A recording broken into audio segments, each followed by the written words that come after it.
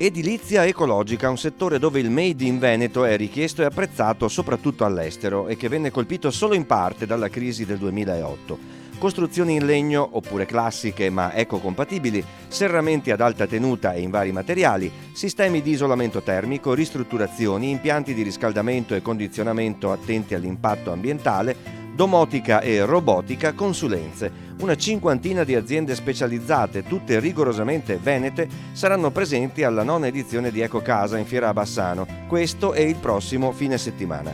Disponibili anche consulenze tecniche e fiscali e numerosi convegni che spiegheranno anche ai non addetti ai lavori tutte le tecnologie legate alla casa ecologica, oppure alla domotica, la possibilità cioè di comandare a distanza, anche con un'app dallo smartphone, il funzionamento di elettrodomestici, caldaia o condizionatore. Ma data la sua ispirazione, a Ecocasa ci sarà anche uno stand di piante depuratrici dell'aria e non pensate che siano così esotiche. Stiamo parlando di piante molto comuni, azalee, spatifillum e ficus beniamina.